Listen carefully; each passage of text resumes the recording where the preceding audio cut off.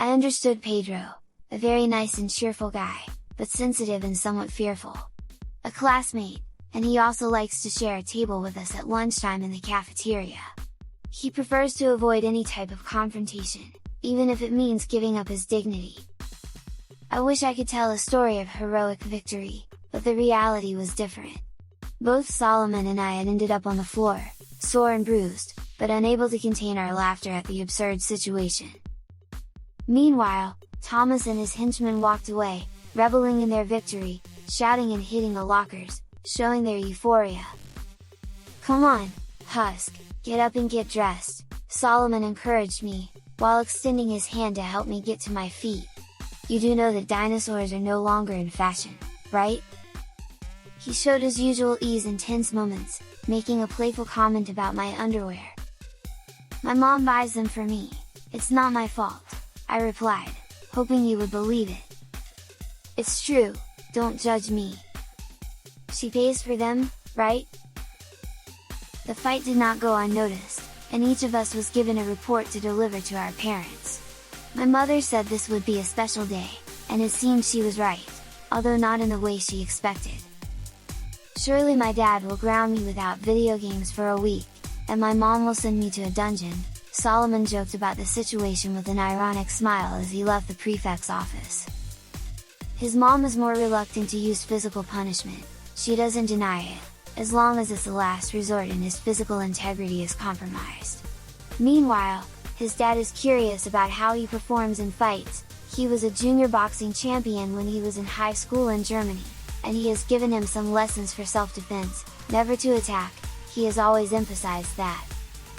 In my case, Mom will probably ask the pediatrician to give me injections galore, I commented with laughter, though with a hint of anxiety. I know, my mom is not pleased with this kind of behavior. She would expect me to use my highly touted outstanding IQ to solve these types of conflicts. And now you're wondering, how is it that I want to be treated like an adult when I get involved in fights? Let's be honest, what would you have done? I admit it, this still denotes me as a simple child. The rest of the school day went by without major problems, except in history class, where Professor Jackson was puzzled by an unexpected interruption from me. 1910, the Industrial Revolution. I answered his question, or at least that's what I thought, because the curious looks from my classmates soon made me realize that something was not right. "Why do you mention that date, Mr. Ratarski?" the professor asked, somewhat confused, bringing his pen to his mouth, denoting his curiosity about the answer given. "You asked about the Industrial Revolution," I told him, sure of it, meeting with looks of disbelief in the class. Solomon signaled me to drop the subject, but I can't help but continue, it's my nature. I think if I had paid more attention to the facts, I could have started to figure it out. You too, I'm sure you haven't noticed it. Well, I'm telling you that I haven't asked anything about it. Although it was going to be a surprise test question. "Did you snoop through my papers?"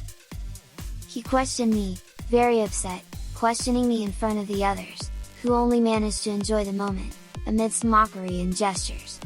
"It must have been my imagination," I replied curtly. I didn't like him accusing me of being a liar and a cheater, closing my book and crossing my arms with a disdainful expression. "Well, with that imagination, you surely know what awaits you," he retorted using my words, provoking mocking laughter from the other students. Meanwhile, Solomon simply immersed himself in his book, avoiding the situation. "The prefect's office, I suppose," I clarified the possible answer, leaving the classroom with resignation and a touch of anger.